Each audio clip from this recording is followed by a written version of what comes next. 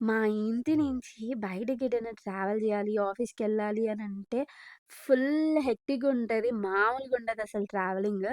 ఆ రేంజ్‌లో ఉంటది. ఒక ఊరికైతే ఎళ్ళేసి ఈజీగా రావచ్చు. అంత లాంగ్ డిస్టెన్స్ అనమాట. ఒకటే ఒకటి మమ్మల్ని కాపాడుతుంది ఏందంటే, ఆ నేచర్‌కి దగ్గరగా ఉంటాం కాబట్టి ప్లెజెంట్ ఫీల్‌లో అట్లా ట్రావెల్ చేసేస్తుంటాము.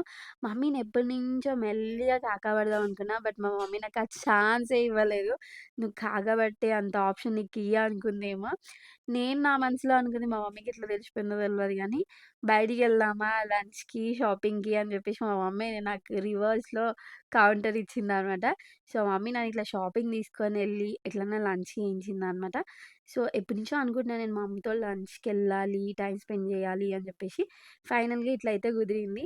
మీలో ఎవరైనా బాగా మామ్ తోటి ఎక్కువ టైమ్ స్పెండ్ చేసేవాళ్ళు నా వీడియోని లైక్ జేసి, కమెంట్ జేయడం అస్సలు మర్చిపోకండి. నేనైతే మా మామ్‌తో ఇట్లా వన్ డే ఇట్లా టైమ్ స్పెండ్ జేసి, మంచిగా హ్యాపీగా ఇట్లా ఇంటికైతే రిటర్న్ అయిపోయినా. నిజంగా మనం బయటికెళ్ళి లంచ్ చేయడమేమో గానీ, ఈ సోంపు చోరీ అయితే ఎవ్వరు మిస్ అవ్వరు గదా! అందులో నేనైతే ఎప్పుడు ఫస్టే ఉంటా.